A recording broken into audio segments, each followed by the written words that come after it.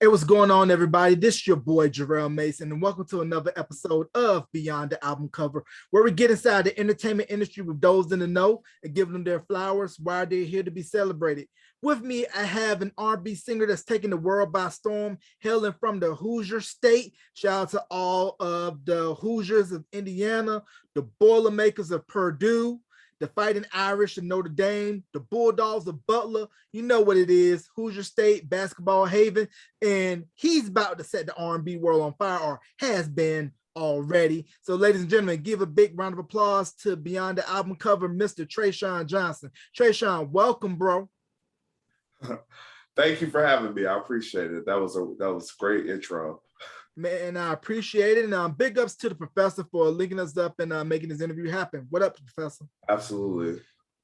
Thanks, Rashawn. Yeah, he's dope. He's really been supporting me in my career journey a lot. So shout out to him. Yeah, for sure. And you can definitely check out the Professor's Lounge, and you can hit him up for more info about it, and also catch his 2 interviews with me. So let's go ahead and jump right into it. Like I mentioned in the intro that you're from Indiana, and we know Indiana as a hoops hotbed with high school basketball. You know, the movie Hoosiers depicted that, the Big O, Oscar Robertson over at Christie Addis High School, and I believe Indianapolis, Gary, Indiana, of course, Freddie Gibbs, Jackson 5, Denise Wims, the Powell siblings, Jesse, Trina, Tamara, and we can go on and on of all the great things that came out of the Hoosier State. Of course, Babyface, can't forget Babyface, and Melvin and Kavan, and all of that. So what led you wanting to go into the R&B route, and how you're trying to shake the narrative of Indiana only being known for hoops?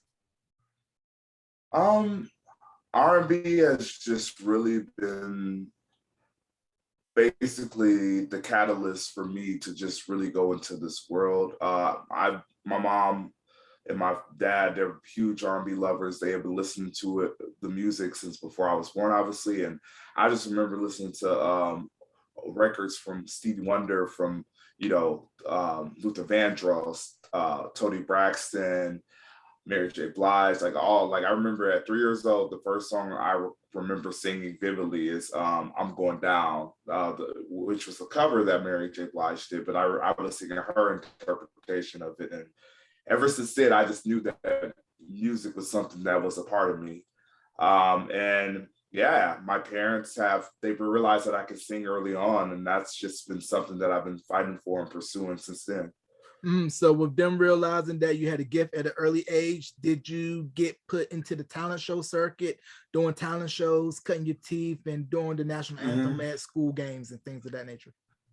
Yeah, a little bit of that, but it was mostly church. I sang at church. Like we went to a small church in northern Indiana, where Notre Dame is, South Indiana. And I remember being shy and had to go up on stage when I was like 5 or 6 years old, and I sang in front of a lot of people, and I was intimidated by it, but they enjoyed it. And ever since then, I'm like, okay, I like how this feels.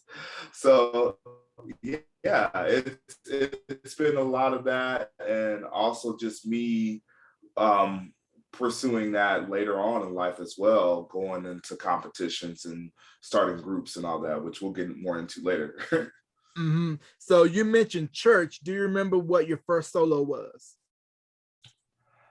I don't remember exactly which song I sang first. We didn't have a choir. We did have a worship team though. And I just sang by myself, and I just remember singing only a few seconds. It might have been Jesus Loves Me. That might have been what I sang. And I just remember they enjoyed it. And yeah, it really was good affirmation for me. And you know how it is with church. They got the youth choir, and you got your few kids that get highlighted for the church solo, and the youth choir director probably say, baby, go ahead and do good, and I slide you an extra piece of Werther's Originals or peppermint, or an extra plate from the after service dinner at the fellowship hall. Yeah, we had definitely some interesting church characters like everybody does. Everybody knows how it is. The aunts, the grandmothers, the sisters, all that. But yeah, it was definitely a family, and they definitely all supported it and try to nurture my gift. And that really does make a huge difference. Right. And then I mentioned earlier at the top of the intro some of the musical acts that came out of Indiana, like the Jacksons, the Powell siblings, Denise Williams, Freddie Gibbs, the Edmonds brothers, and we can go on and on. So how did those acts influence you in saying like, man, if they can make it out of Indiana, I know I can? Well, I think, how they influenced me is that they never gave up. Like there was no guarantee even back then. Like a lot of them come from, humble beginnings. I mean, you had 13 family members in the Jackson household in a small 2-bedroom house, and they, that family is one of the most iconic families to ever exist on this earth because of the hard work that they had put into what they were doing, and also just like their father Joe Jackson really pushing them. I know he pushed them harder than they probably wish he would have, but like it made them who they are today. And that just really inspired me because people think there's just basketball and porn and racing in Indiana, but there's a lot of musical talent here. I'm friends with a lot of talented artists, and it really does surprise people when they hear how talented some of these people are. I mean, one of my favorite people from the city, obviously, is the legendary Babyface himself, who I really want to meet, because he's inspired me as a songwriter, as a creator, because he has told stories with his art and has really been able to tell stories for other artists and have them interpret those stories that he's written for them. And that's really hard to do because sometimes people don't know how to interpret that vision that you were trying to lay out for them. But he does a great job of that. He's done it for Tony Braxton. He's done it for Tevin Campbell, Boyz II Men. He's done it for so many people. And, that's kind of what I want to do with my career further down the road. Mm-hmm.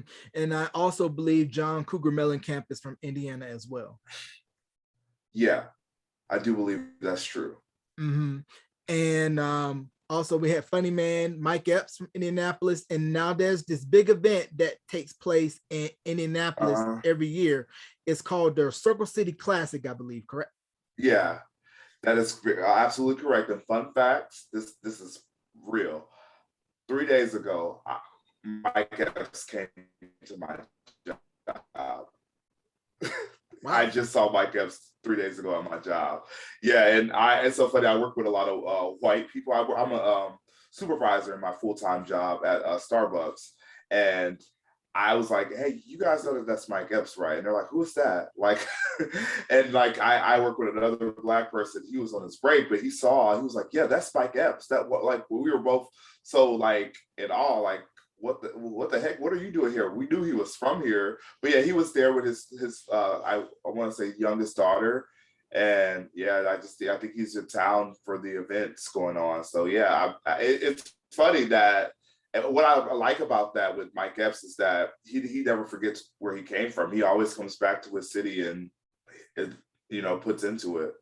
Right. And I reside in New Mexico now. I'm originally from North Carolina, and I saw a video about a year or so ago that Mike Epps was in Jackson, North Carolina, which is about 45, 50 minutes from where I grew up. And it turns out that his father was from Jackson, North Carolina, lived there before moving to the Midwest in Indiana.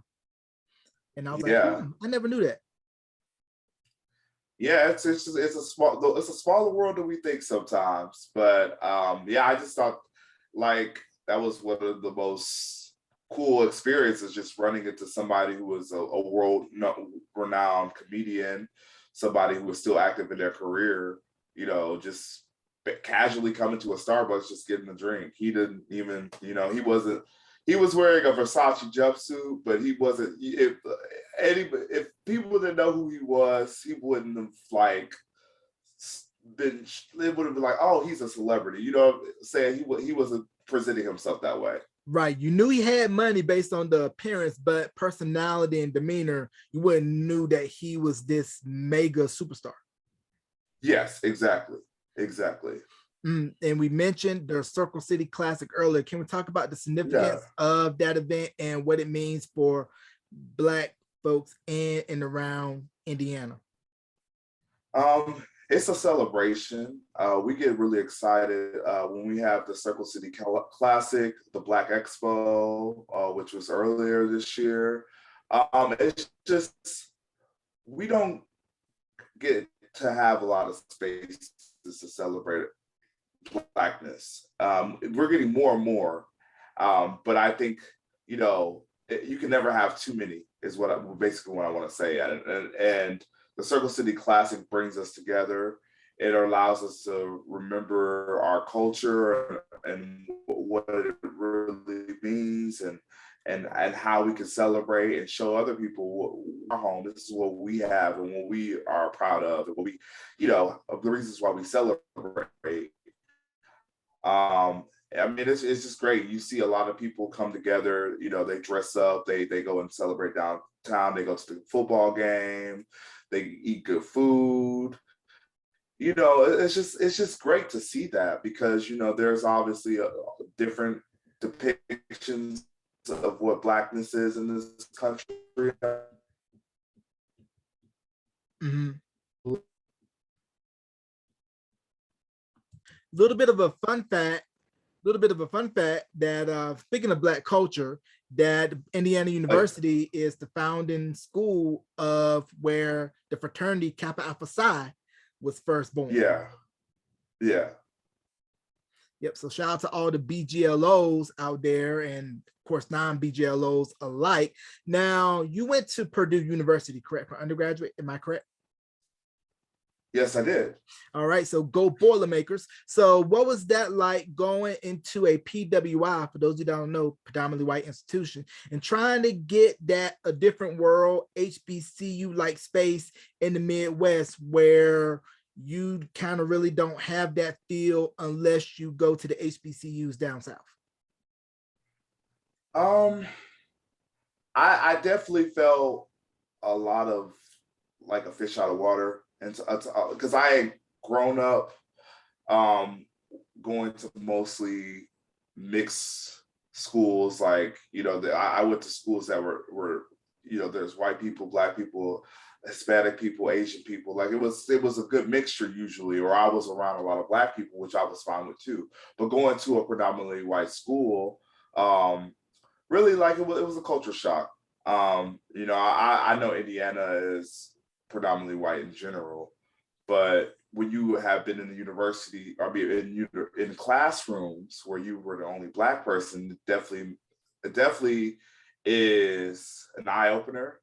And a lot of the people that I went to school with would tell you, the Black people would tell you that when we see other Black people on campus, that was like a sigh of relief. Like, you know, we got excited. You know, to answer your question, I think there is definitely there should be more of a push for diversity in those institutions. I know Purdue says that they have that and that they're fighting for that, but sometimes it feels like the opposite. I will say that the majority of the Divine Nine organizations have grown substantially since I started at Purdue, and to now. I know that I think at least 8 of the organizations are active on campus. I could be wrong, but yeah, that makes a difference, because that gives incoming Black freshmen, you know, something to look forward to. Like, oh, I can still do this. And the biggest thing that I'm fighting for with Purdue is getting these fraternities and sororities, these Black organizations, houses, because there are houses for all of the white organizations on campus, but the Black organizations don't have them. And they say it's because, alumni, they don't get to donate as much or whatever, but I think that the institution can do a lot better with funding for that, because that's a staple for Black people. Those organizations are a staple. Right, definitely a safe haven, and Purdue University, very well-known, well-renowned school, legendary basketball coach Gene Katie, Glenn Big Dog Robinson, another Gary, Indiana product. I believe he was the #1 draft pick in the '94 draft, and recently retired Drew Brees played at Purdue, and like I said, overall, great school. And they claim to have the world's biggest drum. And I guess they're in a big battle with Texas, try to see whose drum is bigger. I've seen the drum. It's really big. I've seen it in person. Like, it's bigger than I am. But, I mean, we'll see who wins. I mean, I know that the thing about Hoosiers, or just like in general, Boilermakers, we're very competitive. So I don't see us going down without a fight, but at the end of the day, I think it's awesome, just to see, just people having pride in their alma maters. And like I said, high school basketball is something serious in Indiana. They pack out, they show out for their basketball, just like how Cali, Texas, and Florida do for the Friday Night Lights in high school football. Now, your time at Purdue, did you get yourself involved in any singing groups, perform solely for different events, or join an a cappella group to really hone your singing skills? Oh, that's a good question. I've done quite a few of those. I was in a group that we have what is called the Black Cultural Center at Purdue, where I joined the group known as the Black Voices of Inspiration. One of my friends that I met in one of our living quarters, our what's it called? Our dormitory. Yeah, our dormitory, that I saw him playing on the piano, and he was playing a song, and I just started singing it. And he was like, "Hey, you should join this choir that I'm in." And I joined it with him. I checked it out, and I loved it. And we sang all over the state. We did productions, we did gospel songs, we did gospel concerts. It was just, it taught me a lot about singing and my voice and how to do dynamics, how to project, how to, just place everything, which I think with choir, in music theory and all that, it's very important that the nuances when it comes to that. I also did a R&B group there too.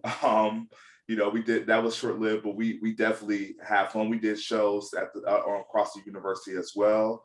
I also did something called Friday Night Funk Out, where me and some of the singers within that group, and also part of the Black Cultural Center, we would get with a live band and perform covers of songs in a show format. We would put that together and do it on like a Friday that we thought was good. And actually, the Black Cultural Center helped fund that. And let's just say we would perform songs like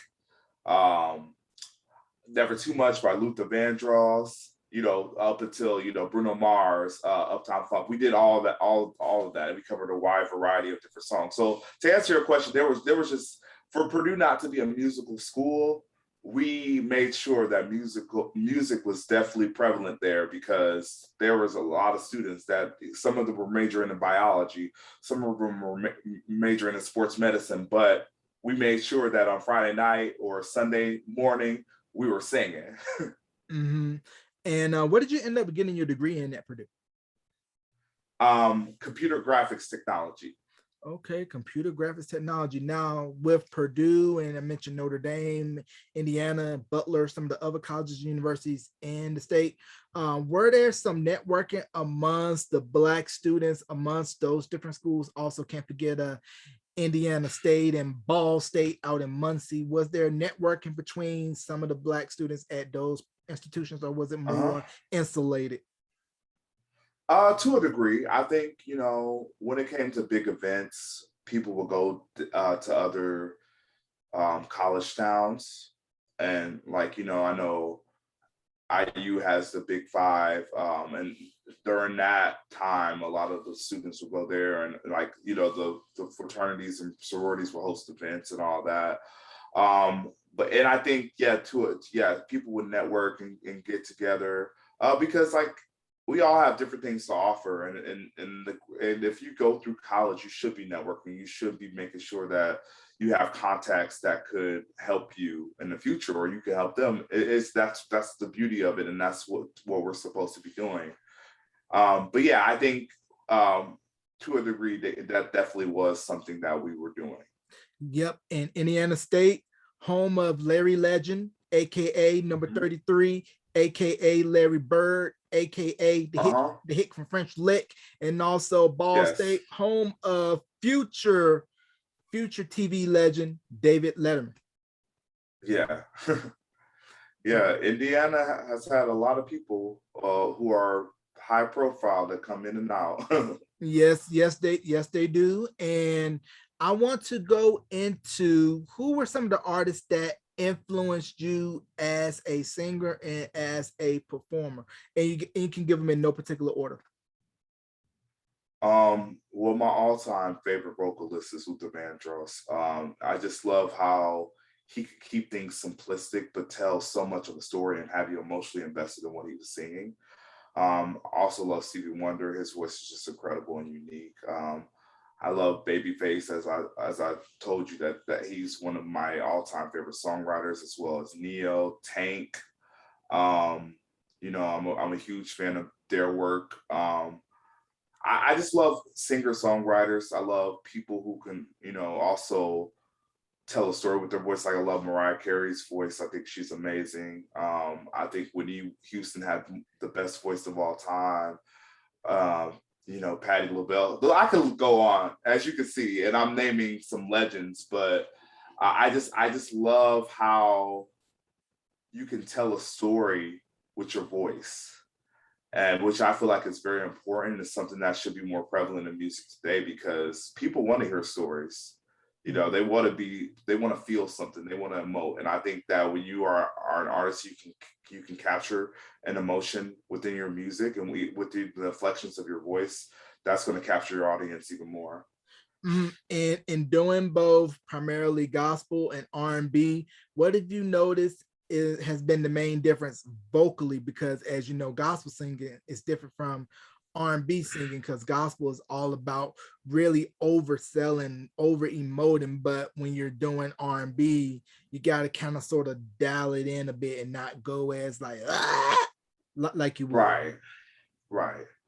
I think gospel is, it's more about the power and just, the dramatics. Whereas R&B, there's more subtleties. You don't have to follow a certain template. It's a feeling. And I just think, they both intertwine, obviously. The majority of the R&B singers that have come past and present have sang gospel music. I definitely feel like R&B it's just a different place that you sing from, and more about emotionally connecting to that song. Mm-hmm.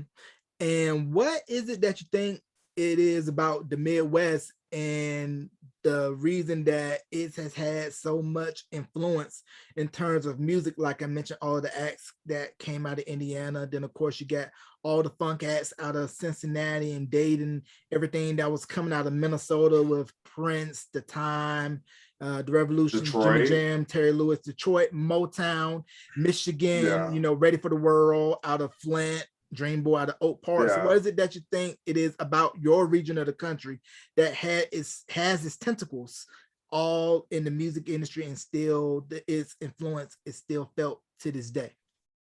Right. I think it's because we feel like we have so much to prove, even now. I mean, obviously, Motown, as you mentioned, and a lot of, the Jimmy Jam, Terry Lewis. You mentioned so many legendary names, and we still sometimes feel overlooked in the Midwest. Specifically, and I can talk about Indianapolis. Like we talk about this all the time, me and my good friends who are artists, that there are people who expect you to be in Atlanta or LA or New York City if you are going to be somebody who is a high profile artist or you're going to make it to that next stage. But as you see, some of the most legendary people came from small towns here in the Midwest. You know, and I think that speaks volume. And I just think it's a different type of hunger and passion. You know, I mean, there's not as much to do up here. It's cold. So we're going to sing, we're going to harmonize, we're going to go perform. And I think that's just what it is. We just, you know, Prince is from Minnesota. Like, you know, like it snows, it gets up to 3 feet of snow in the winter. But, you know, that's one of the most iconic musical figures that we can ever think of. So to your question, I think we just have so much to prove. And, you know, our talent is a product of not just how talented we are, but the work that we put in to make sure that our talent is showcased. Right. And like you said, it snows a good chunk of the year. So you got a basement, you got an attic, and you can really hone your craft because nobody's trying to go outside in 3+ foot of snow. No, exactly. Yeah, because you got your shovels and you not trying to sit outside for 5+ hours, shovel snow. Or if you're a young kid, you get that little side hustle. Hey, I'll shovel your driveway, I'll scrape the ice off your window, and I'll warm your car up for a small fee. Right. Yeah, definitely a way to come up there. So what was the process for you in doing your current project, and how do you think you have grown as an artist from your initial project up to now? Oh, that's a good question. I think I wanted to be more vulnerable. I wanted to be more real with this project. My first project, I pretty much, you know, just kind of went with it. I'm like, okay, let me just do some songs that sound good, and they sound great. And I love my first project. My very first single I released in, I want to say 2019 in June. And then my second single, well, first single was Make It Better. My second single was Strip, which I released in September. And I just was like trying to find a sound that like worked for me. But by the time I got to my second project, I felt like I already knew what the sound was going to be. I had my first single chose before I even had like half the album like fleshed out. Like I just knew what it was going to be, and I knew I wanted to, like I said earlier, like I love telling stories, and I think that that's very important in music, to tell these stories. I've touched on things like, you know, I feel like as men, sometimes it's hard to be vulnerable. Sometimes it's hard to show, you know, the side of people, yourself, that people don't get to see every day. I wanted to show that in my music this time. And, you know, one of my favorite songs from the album, Eclipse, is my song, Walk Away, where I'm talking about how I basically messed up in a relationship and I want you to stay here. I don't want you to leave. Like that's my, like me begging and pleading. And that's my, you know, kind of like me wanting to just hold on to that, even though I don't deserve it. So it's just one of those things, like basically wanting to tell a story with my music and also show different sides of who I am as an artist. And I think with this project, I did that, and I wanted to continue to evolve. I want to continually evolve. And I feel like I did that from this last project because they sound very different, but they also, I think, are a great representation of me. Now, what is your songwriting process? Does melody come first, bridge come first, chorus, verses, or do you have a skeleton track of the instrumental and you let it sit for a bit, then try to write? Um, I'm not as formulaic as a lot of people are. I know some people are different. Like I know Neo can sit down, get a melody, write some lyrics, have a song out in 10 minutes. And I've done it that way too. But I like to just really think about things like I think what comes first for me is subject matter. What do I want to talk about? What story do I want to tell? That's how I approach my songwriting. With my first single, I remember hearing the beat. My first single for this project, Certified. I remember hearing the beat from my producer, Wonder Boy. Shout out to him, Michael Busby. He played this record for me and was like, yeah, it's kind of a club beat. I don't know what you could do with it. I think it's more suited for a rapper. I was like, okay, I got you. And I started like hearing the melody in my head and then just started writing the lyrics down. And next thing you know, I had that written and I was like, this is my first single. And I didn't even know what I wanted the entire album to sound like, but I knew that I wanted that to be my first single. And it just kind of all shaped around that. But yeah, I definitely try different methods with my songwriting. At the end of the day, I want it to be organic and I don't want it to feel forced because I know with this industry, because of the demand, sometimes you feel like you have to write so many songs in in a certain amount of time. But I like to take my time. It took me roughly 7 months to finish this album, which is pretty quick by industry standards. But for like an independent artist, well, actually, no, it's not that. I mean, but it took me long. It didn't take me as long as I thought it would have taken me. And you mentioned how you're very big on how the song feels and content matter. And I harken back to Jimmy Jam and Terry Lewis and how they construct a lot of their material for the artists that they're working with, where it's like a custom made suit where what sound and songs work for Alexander O'Neal necessarily won't work for Janet or New Edition or SOS Band. It's catered specifically Right. to them, and we got to know who they are and find material that they can relate to so that way it can come across better. And I hear that same approach when you talk about finding material for yourself that speaks to you and only you. Mm-hmm. Absolutely. Yep, and that is the way to be, because if you try to fit into what the industry says, then you're gonna be climbing up boo-boo creek without a paddle, because it's a tricky balance between creativity and commercial commerce, because you want to make material that is authentic to you, but at the same time, labels are all about making money and it's all about selling, because you think about how big of a risk it was, once again, staying on Jamie Lewis, for Janet to do Rhythm Nation when A&M was expecting her to pump out another Control, because Control made them a whole lot of money and there was a 3-year gap between Control and Rhythm Nation, and you were able to milk 3 years off of one album, and to say, no, I want to go in a totally different direction, talk about social issues, racial issues. And most labels, unless you are independent and very artist centric, are very risk averse to something that's not going to probably be a viable commercial hit. So how do you try to balance that where you have creativity in your music, but at the same time, know it's all about making money and about supposedly going commercial, or the crossover, as EPMD would say? Well, I look at artists like Michael and Janet. That what I love about both of them is they had audacity. They refused to go with whatever they were told to go with. Like they wanted to use their platforms to touch on racial injustice, to touch on HIV and AIDS, to touch on, discrimination of any sorts.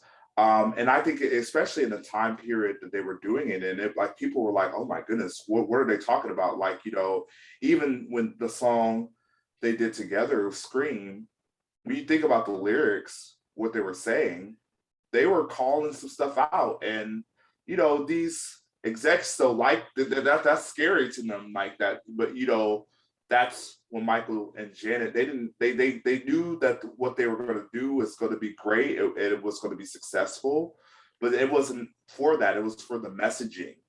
And with that, I think with my music, I want to tell the stories that I want to tell.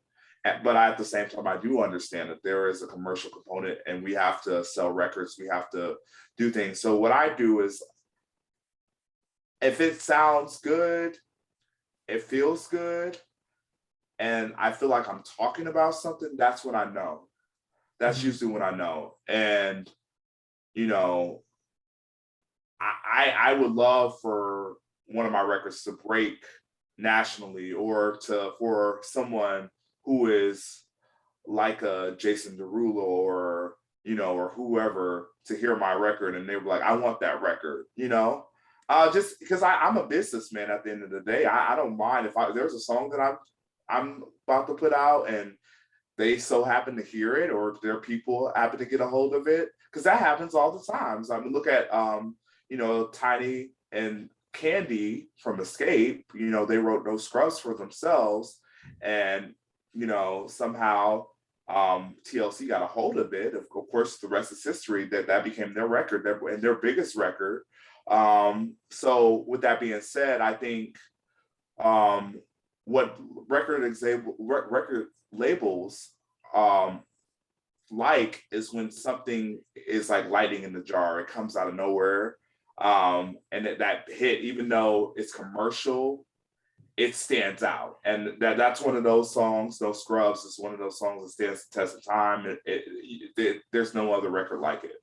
Right. And you mentioned Janet Jackson. She got an exclusive documentary that'll be dropping January of next year. And definitely looking forward to that, because it has rare, never before seen private, personal video footage and interviews with people such as Missy Elliott, Mariah Carey, some of the rest of the Jackson family members, Jimmy Jam, Terry Lewis, so on and so forth. But another artist we mentioned earlier, Prince, he did not care about being commercial or not, because after Purple Rain hit, he was already on to Around the World in a Day, and he was an exec's nightmare, because he's like, I'm not going to conform to you.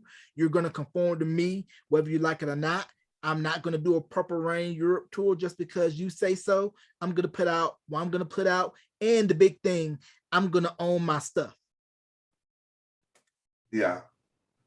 I think that's important. And he changed the landscape of things, because I think what artists like that do is they give power to other artists, because before them, before the Janets, the Michaels, the Princes, labels were running amok, and they still do, but like, I don't think artists virtually had any control prior to those artists owning their masters, owning all the rights to their music, making sure that they are secure financially, so that they don't go into debt, and so that they're not, you know, selling millions of records and they don't even have a penny to show for it.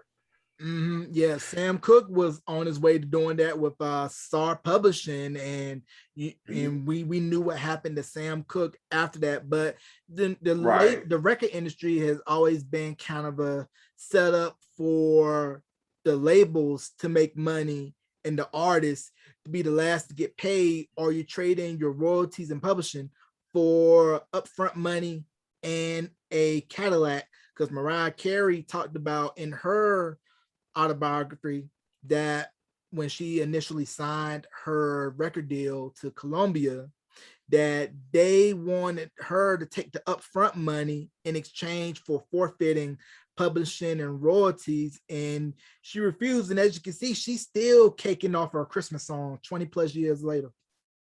Right. I tell people all the time, I know they get annoyed by All I Want for Christmas Is You, but just think that Mariah Carey could sit at home for the rest of the year and still make money.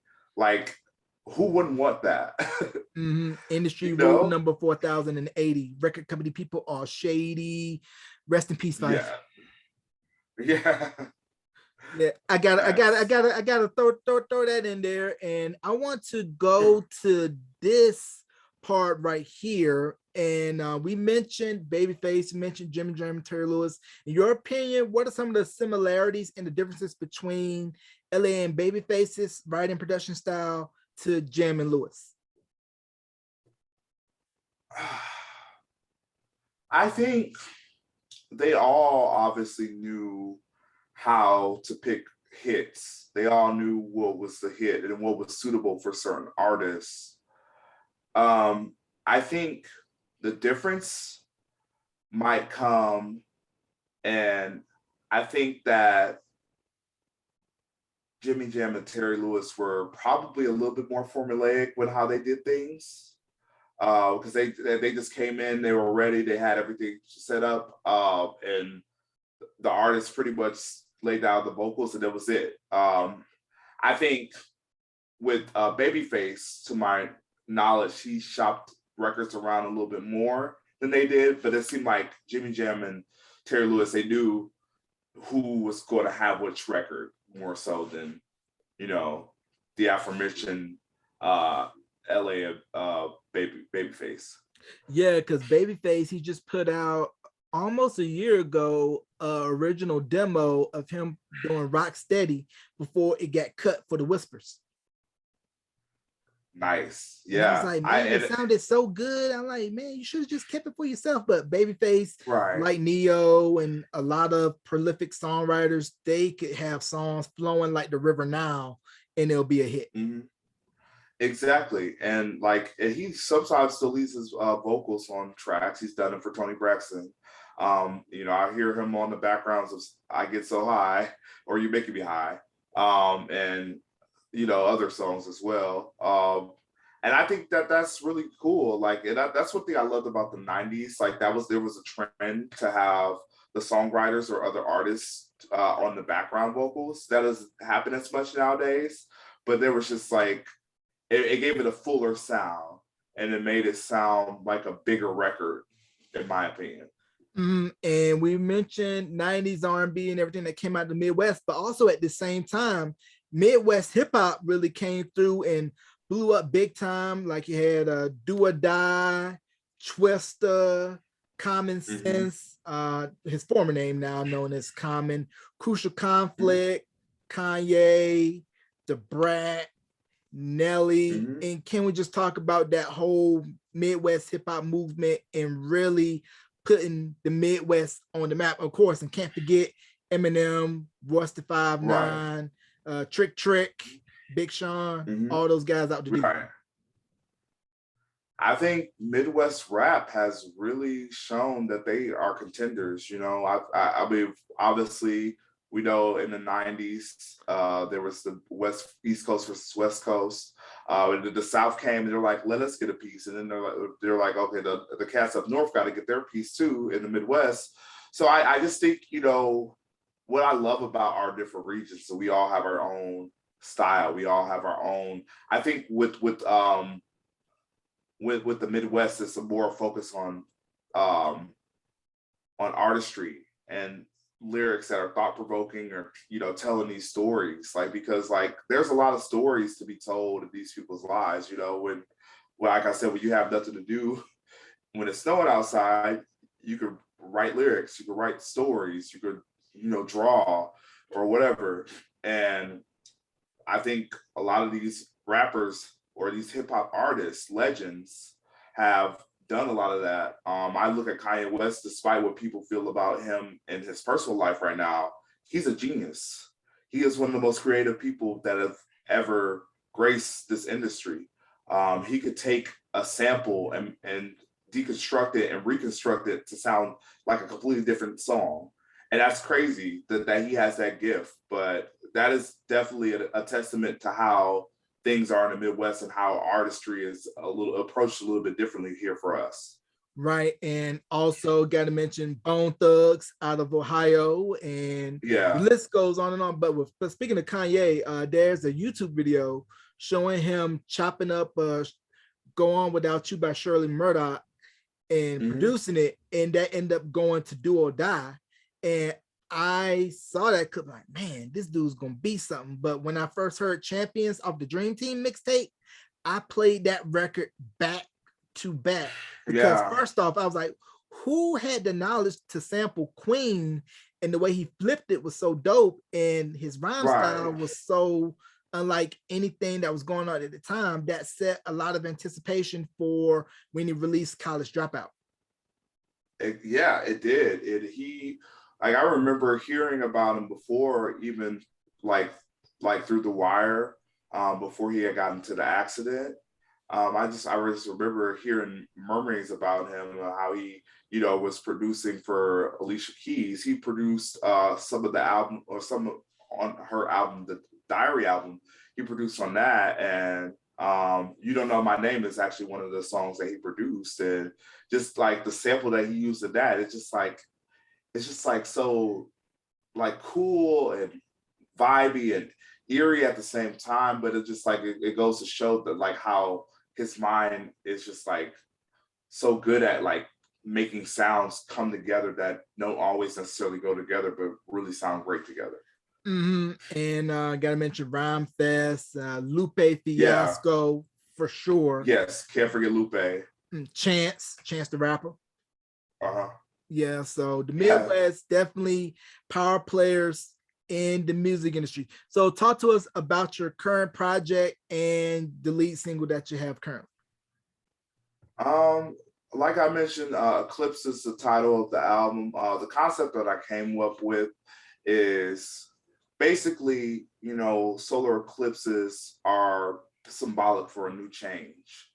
And I wanted people to see a huge contrast from what I did on my last project to what I'm doing now. And I think the music really reflects that. Certified, which is my lead single, it's definitely a club banger. It definitely gets people going and dancing. Like I said, I wrote that song with my producer, and it made sense to be my first single. It just had that vibe and that sound. I'm like, I have to come out swinging, and that was the perfect one to come out swinging with. It features Billie Jean, who is a rapper from Northern Indiana, really dope lyricist as well. Very good with his wordplay. We shot a video. We have a music video out right now on YouTube. You all can see it. It's really good. I love the video. I was very satisfied. Shot by Idea Media, who was a married couple out from Northern Indiana. So there's a lot of moving parts here. But yeah, they did a great job shooting that.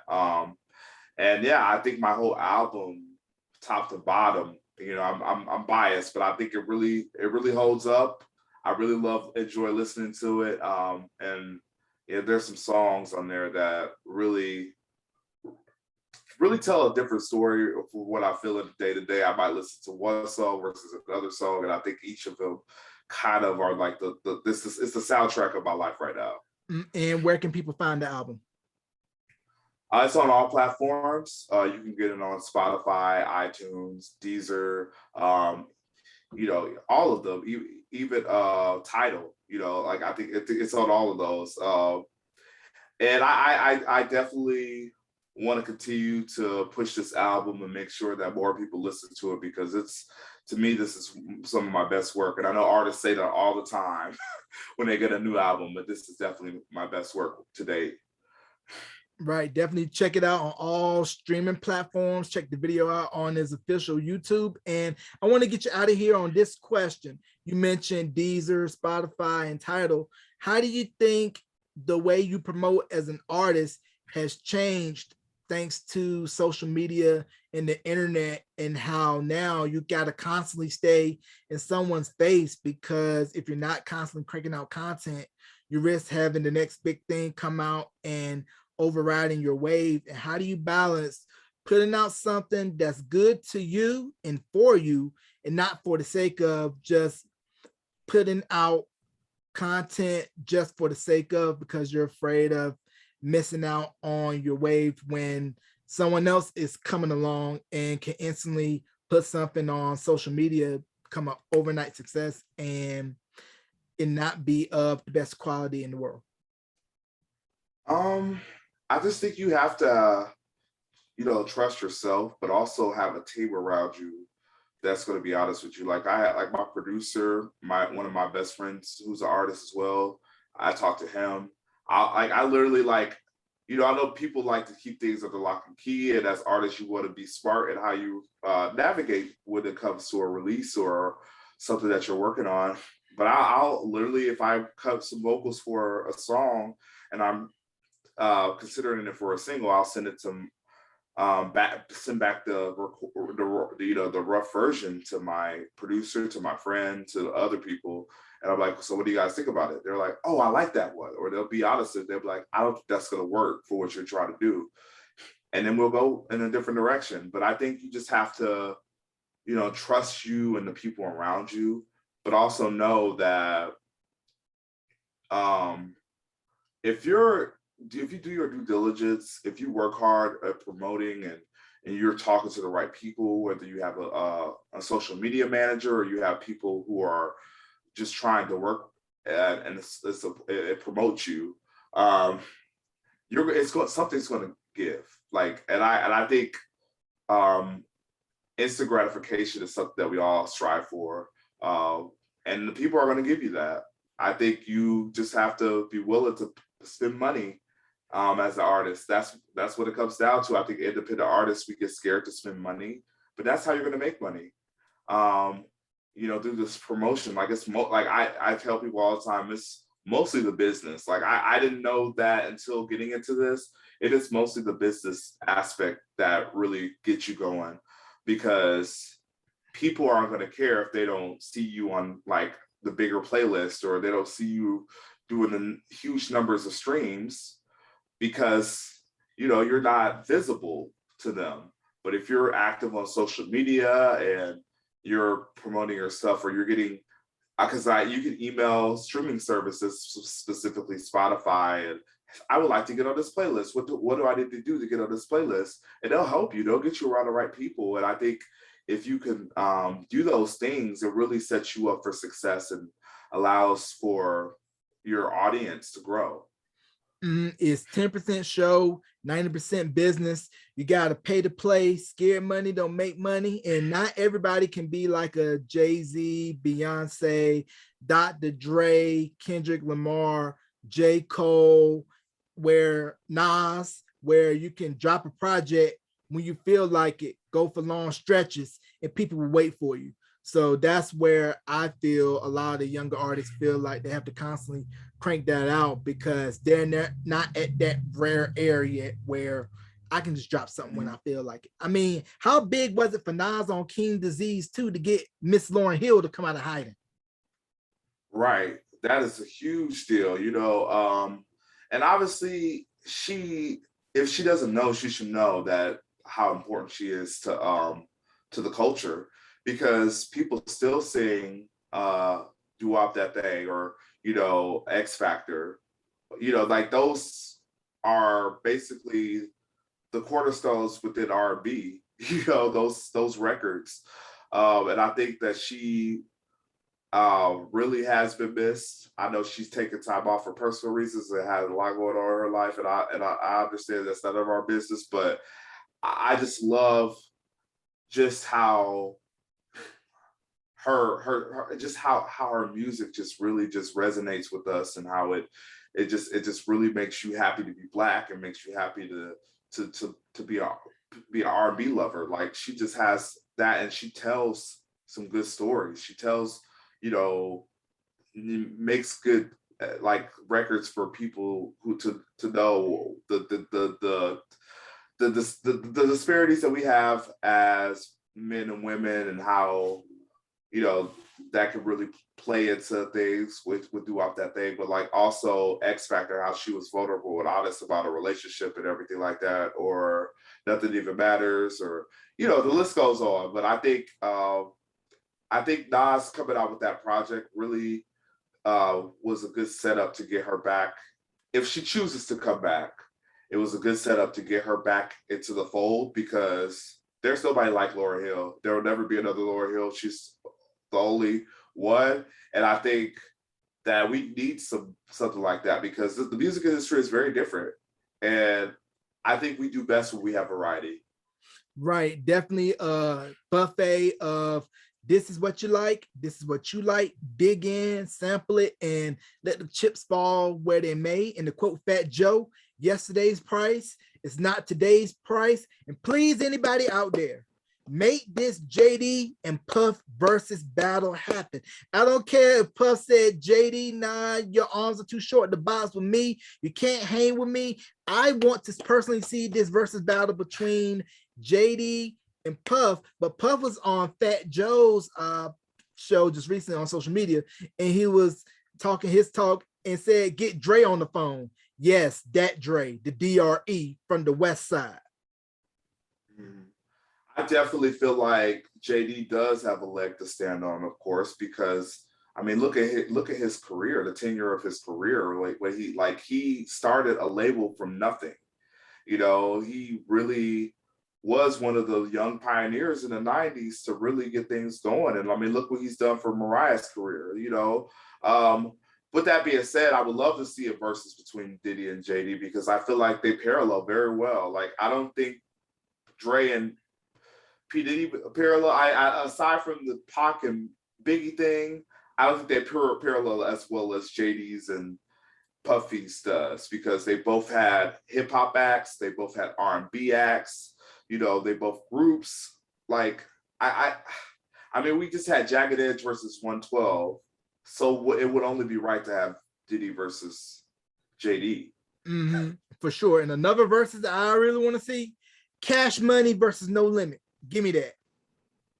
Yes, definitely. I mean, you know, the things with these versus battles, which they've been great for the culture, I think it's important for the artists to have some commonality, for them to be attached in some way or have parallel careers. I mean, like it made sense, Brandy and Monica, that made sense. You know, it made sense with this, you know, with Escape versus SWV. It made sense with Gladys versus Patti LaBelle, and recently Fat Joe versus Ja Rule. Like it makes sense, and I hope that Diddy changes his mind. But one that I would love to see, which I know Mary just said that she don't want to do it, but Mary J. Blige versus Tony Braxton. I think that would be another good one.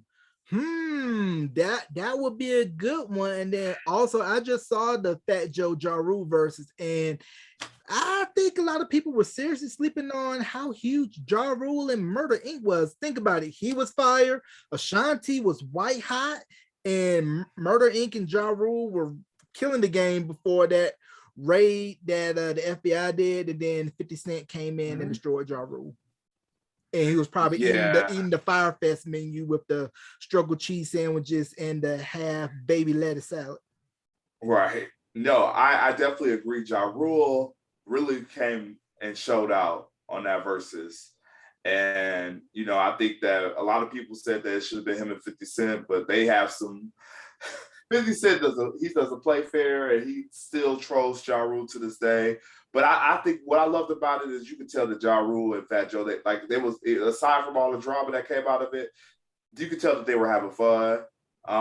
You could tell that the ladies that came out were having fun. They looked nice. They, you know, from Ashanti, she looked gorgeous as usual. She's a beautiful woman. You know, Little Mo, Vita, Remy Ma, like they all look beautiful. They all did their thing. And I think that's what it should be. It's like a family barbecue. That's what versus makes me feel like. It's like going to a family cookout. Like, that's how I feel, you know? Yeah, except for the Locks and Dipset one, because I thought somebody was going to go get the heater. And I'm not talking about the AC or the warming heating unit either. Oh, yeah, I definitely think that they should have reached out. But, I mean, it is what it is. I think, you know. But I felt it should have been, it was like Jadakiss versus Dipset, because Jadakiss just washed all of Dipset. People don't understand that Jadakiss, there's not too many MCs that can go against him. There's not too many, and he made a living out of battle rap, and we knew that was going to happen, because Dipset, they're more of a group that comes out with some great songs, but I never got like MC, like I'm gonna destroy you on the mic type of. You know, I respect what they did for the culture and the music that they make, But Jadakiss is on a different level. Yeah, Jadakiss was on his maximum level 5 gauge in a fighting game / Pink Diamond Pokemon. Right. That battle. Exactly. Nobody was messing with Jada. He was the final boss. He was the Shao Kahn. You weak, pathetic fool. Right. He threw his hammer and beat you in 2 seconds. Yeah, That was him. Told Dipset, your brother's soul is mine. You will be next. Exactly. And that he did it. He went down the line. Yeah. But yeah. Go ahead. I was just gonna say I definitely hope to see more battles. I hope some of the artists who decided not to opt out of doing it to decide to do it, because like who would have thought that something as simple as, you know, Swiss Beats and Timbaland playing records that they produced on a live stream back and forth would turn into this in the middle of a pandemic. Like, who would have thought that would have turned into this? Nope. It was like, appointment watching, streaming, and people watching it afterwards who posted it on certain channels. I'm not going to dry snitch because, like Chadwick Boseman said, rest in peace. We don't do that here. Right, we don't do that here. No. I agree. Yeah, I agree. Go ahead. And I was just gonna say, I don't think I just realized how many people were brought together, like how many people you would see underneath the streams, messaging during the lives and all that. Like, oh my goodness, I remember where I was during the song. I remember before, like, you know, it brought us back, like especially the artists that, you know, even Earth, Wind, and Fire and the Isleys, like it brought people back to when I was like, I remember I had my first Cadillac when this record came out. You know what I'm saying? Like, you know, it just brings, it transports us back. Right. Music, that's what music does. Nothing else can do that like music. Right. And then today's price for those acts on Versus went all the way up, like Fat Joe and streams and that show money went up. And I also want to say this real quickly before we close. We mentioned JD and Puff and possibly the Versus battle of them. But I want to say, I think the one person that started it off for JD and Puff, to me, was Michael Bivins. Because you look at what Michael Bivins did with Biv 10, what he had out with ABC, MC Brains, Boys to Men, and of course BBD, and was really the first young gun music execs in the business say, hey, even though I'm in New Edition, I want to go ahead, do my own thing, and put out my own acts. And then we saw later on JD and Puff really took what he started and ran with that. I definitely agree with that. Michael Bivins was one of the first Black artists turned executives that really pushed for you know, owning your own brands and setting up yourself for success. And he really did do that in developing other artists. And he still does that to this day. Like, you know, I don't think he gets enough credit. You know, when we talk about New Edition or BBD, he isn't always the first person that people talk about, but he was the backbone when it came to the business of that. And I feel like in the past, he's been instrumental in getting them all together, whether people know that or not. And because you know, New Edition, the big thing with them is ego. And that's why even today, like they're trying to get Ralph and Johnny to come back, but a lot of it is money and ego and who did what and who needs to do this. But at the end of the day, Michael Bivins is definitely a legend, and he's a smart businessman. He helped Boyz II Men get to where they are, and I'm sure that Diddy and JD. I'm sure that they pay the respects that they need to. If not, they realize that he has had a lot of influence over what they've done in their careers. Right. And speaking of New Edition, we just had a couple months ago Bobby Brown versus Keith Sweat on Versus. But like I said, we done talked all out the sides of our mouths and then some. So shout outs before we close, plug your social media and also where folks can find your current project. All right. Thank you so much for having me, Jarrell. I really appreciate it. It was awesome being on your podcast. I'm TraiShaun, and you can follow me on all social media platforms, Facebook, Instagram, Twitter. It's at JTRAISHAUN, JTraiShaun. And it's TraiShaun TV on YouTube. You can listen to my album on all streaming platforms. It's on Tidal, it's on Apple Music, it's on Deezer, it's on Spotify, it's on even some streaming services that I've never heard of. But yeah, you can listen to my album Eclipse and my first project Kaleidoscope. Yeah, thank you guys so much. I'll be here. You'll be here from me soon, and I'll be performing all over the city. All right, so definitely be on the lookout for all that good stuff. You can catch this interview in audio and video form wherever you stream your podcast, and also on my YouTube channel, youtube.com/Beyond the Album Cover. Ladies and gentlemen, give a big thank you, round of applause to Mr. Midwest, Mr. Hoosier, Mr. Boilermaker, Mr. TraiShaun Johnson. TraiShaun, thank you for coming on to the podcast, bro. And you got an open spot anytime. Thank you. Absolutely. I'll hold you to that. Thanks, Jarrell. Yes, sir.